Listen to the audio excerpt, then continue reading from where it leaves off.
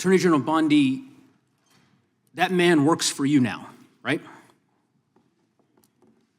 Who was that, Congressman?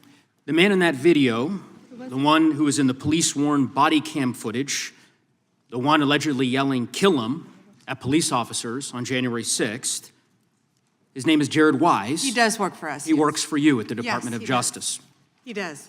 This is an individual whom a federal grand jury indicted for 2 felonies and 4 misdemeanors related to his participation in the attack on January 6th. One of those charges was forcibly assaulting, resisting, opposing, impeding, intimidating, and interfering with police with the intent to commit another felony. This is who you choose as the Chief Law Enforcement Officer of the United States of America to hire at the Department of Justice. Someone on video yelling, "Kill him," at police officers, right? I believe he was pardoned by President Trump. Oh, he was pardoned. You're right. You're right. Pardoned by President Trump for his offense. Pardoned for yelling, "Kill him," at police officers.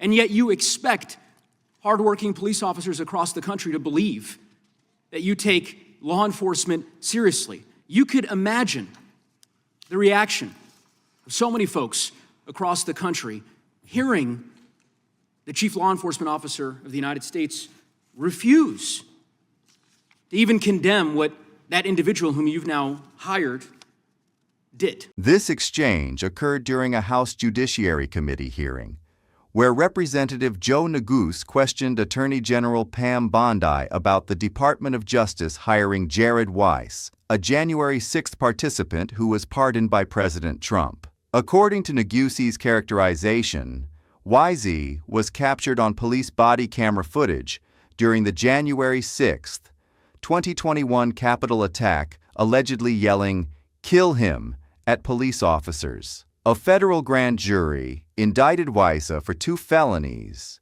and 4 misdemeanors related to his participation in the attack. One charge Neguse cited was forcibly assaulting, resisting, opposing, impeding, intimidating, and interfering with police with the intent to commit another felony. This represents a serious felony charge under federal law. Such charges in January 6th cases typically involve direct physical confrontation with law enforcement or actions that facilitated violence against officers. President Trump issued mass pardons for January 6th participants shortly after taking office in 2025, including individuals convicted of or charged with violent offenses. The pardons were controversial, with critics arguing they undermined accountability for attacks on law enforcement and the constitutional process, while supporters characterized January 6th defendants as political prisoners. Bondi's response, "I believe he was pardoned by President Trump," acknowledged the pardon without addressing whether hiring someone who allegedly yelled, "Kill him," at police officers is appropriate for the Department of Justice. When Neguse pressed this point, Bondi did not condemn Wisey's alleged actions or explain the hiring decision. The video Neguse played showed someone berating police officers, calling them disgusting, comparing them to Nazis and Gestapo, and suggesting they're motivated by chasing your pension. Whether this video depicts Jared Wisey would be verifiable through body camera footage and court records from January 6th cases. Neguse's statement that Bondi posted, "If you come for law enforcement, the Trump administration will come for you," 6 days earlier represents a claimed public statement by the Attorney General expressing support for law enforcement. The juxtaposition with hiring someone accused of attacking police on January 6th creates the central tension in Neguse's questioning. Bondi's refusal to even condemn what that individual whom you've now hired did, as Neguse characterized it, raises questions about the administration's priorities regarding law enforcement protection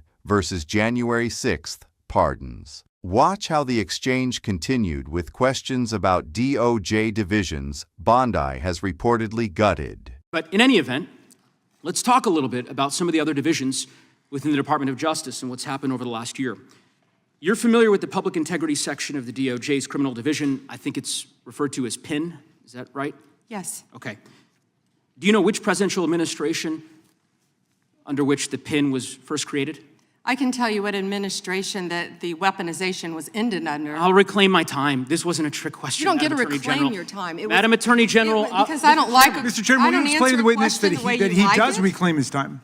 Because I don't answer a question to your satisfaction? Mr. Chairman. Madam Attorney General, the time belongs to the gentleman from Colorado. The president under which PIN was created was Gerald Ford. It was created after Watergate. I'm not asking a question, Madam Attorney General. The administration under which it was created was Gerald Ford. When you first started as the Attorney General of the United States, there were 35 people working in that office. There are now 2 people working in that office because you have gutted it. How many people work for the National Cryptocurrency Enforcement Team in the criminal division today? Can I answer the question about PIN? I've asked you a question. How many You've people asked work? me a question, but you don't How want many the people answer. work I'm not for the gonna answer your National questions the way you Cryptocurrency want. Enforcement Team? You won't answer how many I'll people? answer PIN. You. PIN will not be you know what? weaponized. You know what? What's Madam funny Attorney about General, this? I'll say to the chairman. What's funny about Chairman, this? you know what the answer is? And I think I What's understand funny why the about Attorney General this? does not want to answer the question.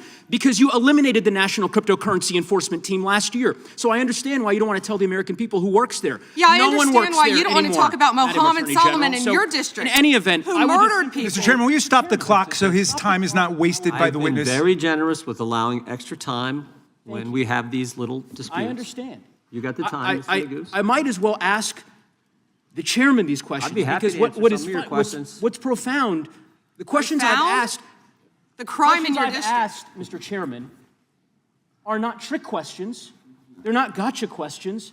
They're actually basic questions about how the Department of Justice functions and the unwillingness of this Attorney General to answer them in good faith. When a member of Congress asks how many people work at the National Cryptocurrency Enforcement Team and the Attorney General refuses to answer it, it is not a coincidence.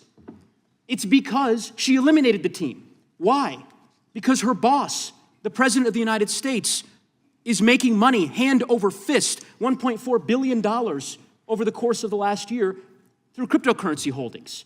I think what is happening at the Department of Justice is a disgrace, Mr. Chairman, and I would urge you to gain control of this hearing. With that, I yield back the balance of my time. Yeah. I would ask the gentleman, does he agree with the standing up of the Deputy Attorney General for dealing with fraud? That's something that's happened in this administration. First time. You talked about PIN. That happened with this Justice Department. We're talking about this committee. Mr. Chairman, had you answered the question, had the Attorney General answered the question in that way, perhaps this hearing would have some modicum of resembling something that has typically been fairly conventional, an oversight hearing of the Department of Justice. The gentleman's That is time not has this. expired. The gentlelady from Wyoming is recognized for 5 minutes. Attorney General Bondi, I want to express my gratitude to the President. Representative Neguse's questioning shifted to the public integrity section of the DOJ's criminal division, a unit created after Watergate to investigate and prosecute corruption by public officials. The public integrity section was established during the Gerald Ford administration in 1976 in response to Watergate-era corruption scandals. Neguse's claim that PIN had 35 people working in that office when Bondi became Attorney General and now has 2 people working in that office represents a dramatic reduction in staffing if accurate. PIN traditionally handles investigations and prosecutions of federal, state, and local government officials for corruption offenses including bribery, conflicts of interest, and election crimes. A reduction from 35 to 2 staff members would represent approximately a 94% cut to the section,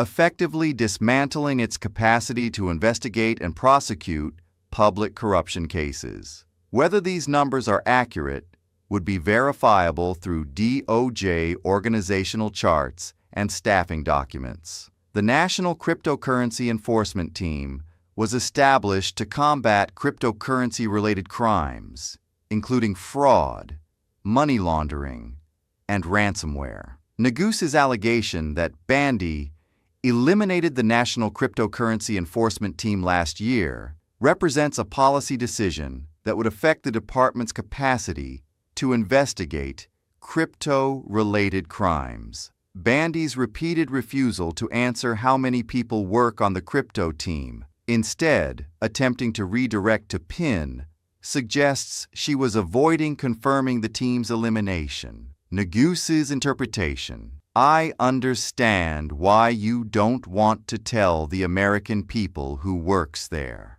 No one. Neguse's explanation for why the crypto team was eliminated: because her boss, the President of the United States, is making money hand over fist, $1.4 billion over the course of the last year through cryptocurrency holdings. This claim about Trump's cryptocurrency holdings would be verifiable through financial disclosure forms and public reporting on Trump's crypto investments. Trump launched a cryptocurrency token in early 2025 that reportedly generated substantial wealth. Critics have argued this creates conflicts of interest between Trump's personal financial interests and DOJ enforcement priorities. Eliminating the cryptocurrency enforcement team, while the president profits from crypto, would raise ethical and oversight concerns. The exchange demonstrated tensions in congressional oversight hearings. Bondi attempted to control which questions she answered and how,